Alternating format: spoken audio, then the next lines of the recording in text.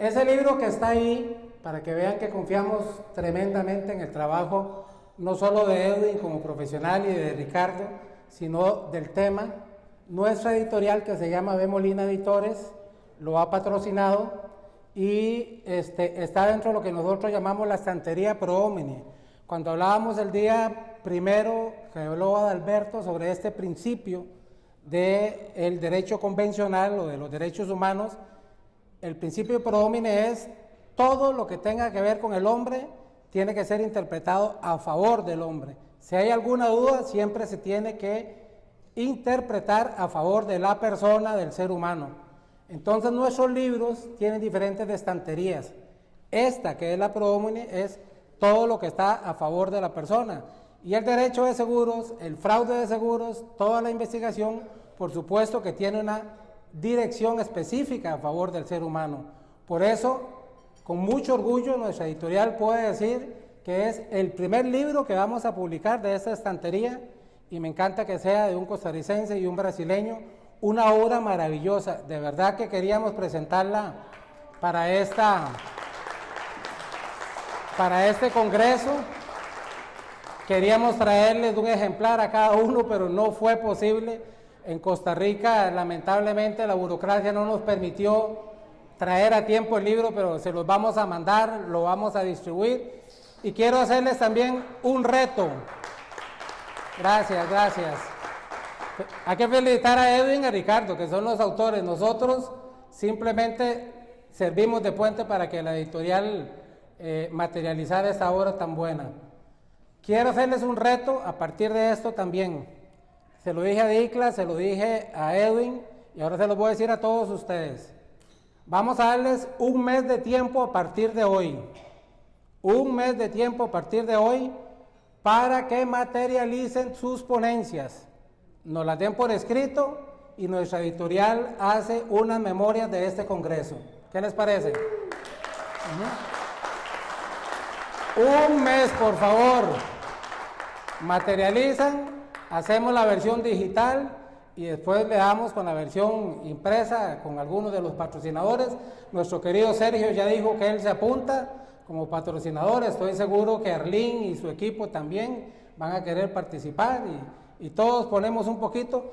A mí me parece que una obra de esta naturaleza debería ser distribuida en forma gratuita, incluso en las aseguradoras, en todos los grupos que estén alrededor del tema de los seguros, porque lo que necesitamos es que lo que hablamos aquí se divulgue, porque aquí prácticamente todos estamos convencidos del tema, unos de un lado, otros de otro, pero todos estamos convencidos.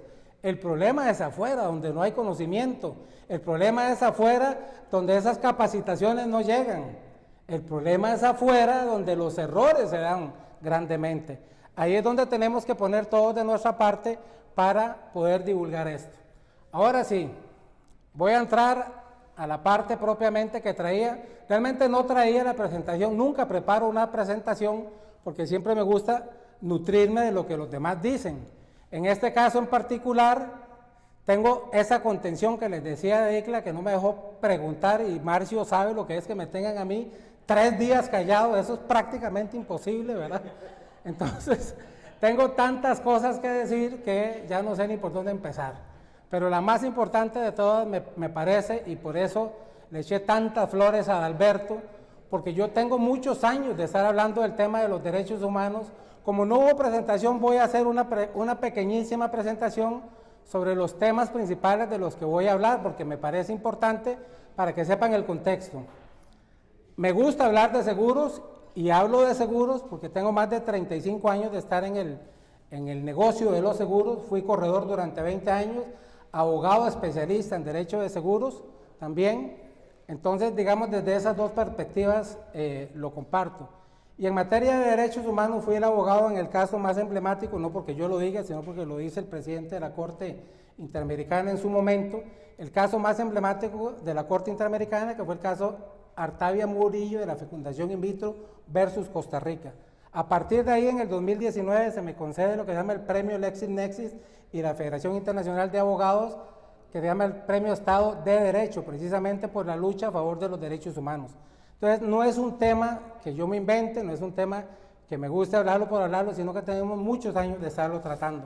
Por eso cuando Eliana decía ahora que en la ley o más bien en la normativa de República Dominicana, no existía una protección específica en favor del consumidor de seguros o del asegurado, una recomendación, ahora que está doña Josefa acá, aprovechar. Los derechos humanos no ocupan de una norma específica para ejecutarse. Entonces, muchos de los errores en los que hemos caído en los distintos países es esperar esa normativa, es esperar esa legislación, es esperar un decreto en específico para tomar decisiones trascendentales. Doña Josefa, usted lo tiene en sus manos, usted tiene el poder, porque ya la Corte Interamericana, que es el máximo órgano, precisamente cuando estaba la jueza, apellido Bray, que era una dominicana, la chiquitita. Bueno, cuando ella estuvo, se tomó una de las resoluciones más importantes en esta materia para empoderar a las instituciones del Estado, sobre todo para que no esperaran a que hubiese una ley específica cuando se quería proteger un derecho humano, sino que lo podían echar a andar a partir de las resoluciones de la Corte Interamericana, que son vinculantes para todos los miembros del sistema interamericano. Entonces, usted como jefa de esa institución tan importante puede elaborar directrices o protección específica a favor del consumidor de seguros sin esperar a que los diputados pasen esa ley, porque ya usted estuvo 4 periodos ahí, ahora está en la superintendencia y estoy seguro que la vamos a dar de presidenta muy pronto. Entonces, desde ya, esperemos que en Dominicana empiecen a cambiar las cosas. Prometí que iba a contar una anécdota. En el 2010, cuando estrenaron la Constitución, me invitaron a hablar de la nueva Constitución en Dominicana, que la estaban estrenando, y entonces querían aprovechar de alguna forma la experiencia de Costa Rica con nuestro sistema constitucional. Entonces yo elaboré toda una serie de revoluciones a partir de ciertas resoluciones que los dominicanos pensaban que eran de Costa Rica, con normativa costarricense. Entonces expuse varios casos y cuando terminé les pregunté si era posible eso. Entonces decían, no, si estamos empezando, es la nueva Constitución y todo. Entonces yo les digo, sí, tienen la Constitución más avanzada de toda Latinoamérica. Y lo que yo acabo de hacer es con toda la normativa que ustedes tienen. Utilicé la ley de salud, utilicé los códigos, utilicé todo de República Dominicana. Y les empezamos a decir cómo solucionar problemas constitucionales a partir de su propia normativa. Eso es lo que tenemos que hacer. Y entonces, a veces para tomar decisiones, lo único que nos falta es querer tomarlas. Y eso es, digamos, la propuesta más importante que yo le tengo, no solo a usted, doña Josefa, sino a todos. Porque todos somos lo que se llaman operadores jurídicos. Y los operadores jurídicos estamos obligados a hacer lo que se denomina un control de constitucionalidad y un control de convencionalidad. Es decir, tenemos que aplicar las normas de la Constitución y de las diferentes convenciones. Son las normas de mayor rango. Bueno, los que son abogados, por supuesto que conocen perfectamente la pirámide de Kelsen, pero los que no, es muy sencillo. Kelsen llega y dice, mire, las normas jurídicas tienen un rango, las de mayor rango están en la cúspide y las otras están abajo. Pero Kelsen dice la pirámide es invertida, es decir, la punta está hacia abajo y la base, que es la más grande, es las normas más importantes. ¿Cuáles son? La Constitución y los derechos humanos, las normas de derechos humanos. Entonces, si hay una norma de derecho humano que acuerpa, que le da contenido, que le da fuerza a alguna situación en especial, no ocupamos una norma menor, no ocupamos una ley, no ocupamos un tratado, no ocupamos un decreto, no ocupamos una directriz. Es simplemente decir, con base precisamente en ese principio constitucional o ese derecho humano, estamos tomando la decisión. Y es precisamente lo que Adalberto nos contaba, que ya hay expresamente resoluciones de la Corte Interamericana y va a salir esta última, que va a estar mucho mejor, que nos van a permitir en el campo de los seguros tomar decisiones. ¿Y eso por qué? Porque ahora sí no les voy a caer muy bien con esto que voy a decir. Lo voy a contar a partir de un cuentito que mi esposa siempre dice. Mi esposa dice que se encuentran 2 amigas, ¿verdad? Y una le dice a la otra, mira, ¿cómo están tus hijos? Y entonces Le dice, no, mira, mi hijo, vieras qué lamentable. Se casó con una vagabunda que quiere pasar viendo Netflix todo el día. La tipa no cocina, quiere pasar viajando, quiere que le compre ropa. Es algo pero pavoroso. Yo no hubiera querido que se casara nunca. Ay, qué pena, mira. ¿Y tu hija? No, vieras qué marido más perfecto se encontró. No la deja trabajar. Ella pasa viendo televisión. Ni siquiera cocina, le tiene 2 empleadas. Y la lleva a pasear donde quiera que él se va. Es un maridazo, ¿verdad? Esa es la vida. Nosotros estamos imbuidos en las cosas que nos competen a cada uno y vemos hacia afuera y no nos damos cuenta muchas veces que lo que pasa afuera pasa adentro también o viceversa. Siempre que pasa lo mismo sucede igual, ¿verdad? Entonces eso es, cuando nos autoengañamos muchas veces es porque tenemos un tipo de venda en los ojos que no nos permiten ver algunas cositas. Por eso, cuando hablamos de fraude, la primera pregunta que yo me hago es, bueno, ¿qué es el fraude? Para entenderlo, digamos, de una forma muy sencilla. El fraude está siempre ligado al ardid, al engaño, a algo que yo quiero hacer de manera mentirosa, engañosa, recurriendo al ardid, para sacarle un beneficio a otra persona, ¿verdad? Entonces, bajo esa temática, sin necesariamente convertirlo en un delito, porque aquí estamos hablando del fraude de delitos de seguros. Entonces, para convertirlo en delito, esa conducta tendría que estar tipificada para que sea un delito. Pero existen muchos tipos de fraude. El fraude procesal, por ejemplo, no está penalizado en todas las legislaciones. Entonces es una sanción civil o administrativa que existe para una conducta fraudulenta que también genera un daño a las personas. En este caso, ese daño puede venir de muchas partes. Entonces, normalmente cuando hablamos de fraude, estamos pensando de un fraude del asegurado, del consumidor de seguros, hacia la aseguradora. Y es prácticamente todo lo que hemos hablado, ¿verdad? Por eso el sistema de Tiago y de Luis, cuya representación en Costa Rica yo ya la tengo, ¿verdad? Ellos todavía no lo saben, pero ya la vamos a negociar ahorita, así como Marielo la negoció para El Salvador, ¿verdad? Entonces, ese producto y el producto de Arlene y de Alexander, que también lo vamos a representar en Costa Rica, esos productos están dirigidos a detectar precisamente ese fraude del asegurado o del consumidor hacia la aseguradora. Pero entonces, si aquí estuviera nuestro buen amigo Waldo Sobrino de Argentina, diría, de las aseguradoras hacia los asegurados hay enormes fraudes también. Y él dice que el mayor de todos, por ejemplo, es el de la no cobertura de los familiares en responsabilidad civil de automóviles, ¿verdad? Él dice, ¿en qué cabeza cabe? ¿En qué cabeza? Pero permítame, Darlene, pero por favor. Ya ahorita le doy la palabra porque yo sí voy a aceptar preguntas dentro de mi tiempo, ¿verdad?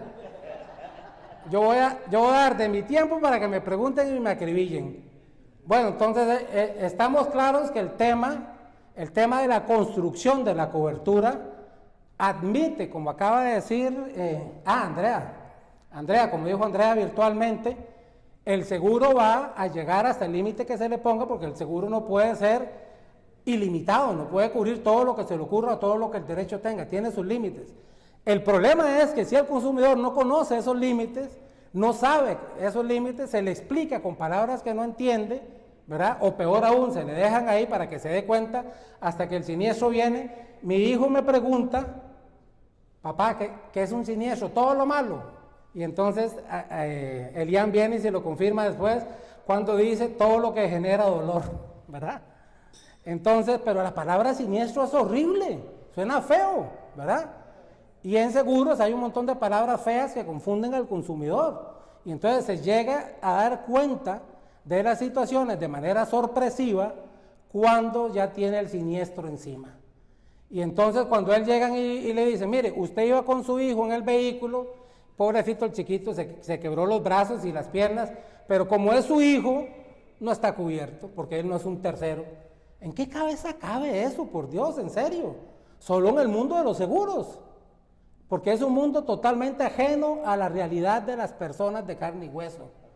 Entonces, para todo el mundo, para todas las personas que caminan en la calle, un tercero que va en un vehículo es un familiar, es un primo, es hermano, es el hijo. pero en seguros no. Si es la esposa y si son los hijos, entonces no está cubierto. Entonces ahí hay un engaño. Ahí hay un engaño por parte de la aseguradora a los asegurados, que se dan cuenta hasta el momento en que llegan. Decía uno de los expositores virtuales que él había llegado a la conclusión, después de tanto tiempo de estar en el área de los seguros, que la prima era la hija de la tía, ¿verdad? Y entonces eso pasa con los conceptos que se utilizan en esto. Entonces Waldo cuenta también que en Argentina una señora llega a una aseguradora y dice, mire, vengo por mis 5,000 pesos argentinos, ¿es verdad, Florencia? Sí, vengo por mis 5,000 pesos. Y le dicen, ¿por qué? Es que tengo un premio. Ah, no, eso es lo que usted tiene que pagar, más bien. Pero aquí dice premio, ¿verdad? El premio era la prima. Pero el concepto no se utiliza de esa manera en la vida cotidiana. Entonces, en materia de seguros se utilizan un montón de conceptos que no tienen nada que ver con esa realidad. Eso lleva a engaño. Eso es una forma de fraude porque las personas, de una manera tranquila, lógica, directa, compran un servicio, adquieren un servicio y luego no lo pueden materializar en la indemnización porque simple y sencillamente pensaban que era otra cosa. El problema se acrecenta también, dime, que ya. No, 5 minutos, por Dios santo. Y no voy pero ni por la 10ª parte. Bueno, el problema se hace más grave cuando en algunos productos no hay el intermediario, que sí estoy de acuerdo con Marcio, no siempre hace falta el intermediario y a veces más bien estorba, ¿verdad? Pero en la mayoría de productos, sobre todo complicados, sí puede hacer falta. Me gusta mucho esa versión digital de la aseguradora porque creo que definitivamente hay productos y si hay una empresa responsable detrás de eso, importa nada si es de papel, si es personal o es digital. Lo que importa es que sea responsable con la información que está transmitiendo y que la persona que adquiere el producto sepa qué es lo que está comprando. Entonces, por supuesto, si yo voy a comprar un producto en forma directa, me estoy ganando más bien ese costo de la intermediación y se puede ver beneficiado el consumidor porque más bien le sale más barato el producto. Entonces, digamos que la figura del intermediario, a pesar de que soy el coordinador jurídico de Copaproce, que es la organización más grande en materia de intermediación, también se los he dicho a ellos 1,000,000 de veces, no es que ustedes se tengan que ganar los espacios a la fuerza, tienen que ganárselo con eficiencia, con eficacia y haciendo las cosas bien para que el cliente se quede con usted. En 20 años de experiencia que tuve como corredor, nunca necesité yo personalmente ir a decirle a un cliente, mire, quédese conmigo porque aquel le está ofreciendo esto y no. Cuando alguien llegaba a ofrecerles algo, me llamaban y me decían, mira, Boris, ahí vino Eduardo y me ofreció A, B, C y D. Y entonces yo le digo, sí, pero lo que Eduardo no le dijo fue X, Y y Z. Aún así, usted tiene la libertad, se va con Eduardo o se queda conmigo. Se quedaba conmigo porque le estamos hablando con la verdad. Entonces, a mí me parece que una buena conclusión que podríamos sacar antes de que Dicla me saque la tarjeta roja a mí, ¿verdad? Una buena conclusión es, mire, no creamos todo lo que se dice malo acerca del consumidor. Hay consumidores vivazos. Yo se lo decía a Edwin cuando hablamos de ese tema ya hace casi un año, yo creo, cuando me lo propuso. El primer filtro de un fraude es el buen abogado, porque es al que le llegan a proponer que lo haga o que lo diga o lo que sea. Y entonces uno en ese instante tiene que ser el primer filtro para decirle no, conmigo no cuente, ¿verdad? Pero hay colegas que lo van a hacer eventualmente, hay gente que se va a prestar para todo eso, pero ustedes lo han dicho, Arlene dijo un 10%, luego lo subió a un 20%, ¿quién fue? Creo que fue, no sé si fue el mismo Enrique que habló después de algunos porcentajes por ahí, que bueno, que el fraude podía andar por ahí del 20% o algunos de los expositores que lo hizo virtual. Pero los buenos siguen siendo mayoría. Entonces no permitamos que existan acciones que hagan pasar a los buenos por malas experiencias y que se conviertan en enemigos de una aseguradora porque los juzgan de la forma en que los malos actúan. Y entonces, bajo esas premisas se rechazan, un último ejemplo, Dicla, y ya termino. Se rechazan cosas tan absurdas como estas. Yo llego y entonces me encuentro con un reclamo de automóviles que la base es la interpretación de un investigador que dice que el automóvil, en un video que está minutos o segundos antes del siniestro, pasa a velocidad temeraria por un punto. Yo voy a ver el video, hago las matemáticas que ya le voy a decir y le pregunto al investigador, ¿cómo concluye usted que ese vehículo iba a velocidad temeraria? Me dice, ay, licenciado, tengo 2 ojos, no está viendo. Duró 2 segundos en pasar. Le digo, exactamente, 2 segundos. ¿Usted sabe qué distancia hay entre un punto y otro de ese vehículo donde pasa? Y se queda así, le digo, usted ni siquiera ha ido al sitio. Le trajeron el video y no fue a ver el sitio, ¿verdad? 2 segundos, 20 metros. Y entonces le digo, ese carro iba a 36 kilómetros por hora ahí, ¿verdad? ¿Cómo se le ocurre? Digo, ¿cómo? Ya, hágalo por regla de 3. O cuente con los dedos, o consígase un ábaco, pero haga lo que usted quiera, pero déme una solución matemática, física, porque esto es algo elemental que usted debería de saber, porque el investigador es usted. Entonces, ¿dónde está la velocidad temeraria? Al final no eran ni siquiera los 2 segundos, ya cuando lo hicimos como tenía que ser, el vehículo iba a 54 kilómetros, era más o menos 1,5 segundos lo que tardaba de un punto a otro. Entonces, el no hacer eso, algo tan sencillo, fue lo que provocó un pésimo análisis del siniestro. No tenían el libro de Edwin y de Ricardo, que nos traen Edwin, deje hablar ahí, lo estoy viendo. Son más o menos 15 ejemplos, ¿verdad?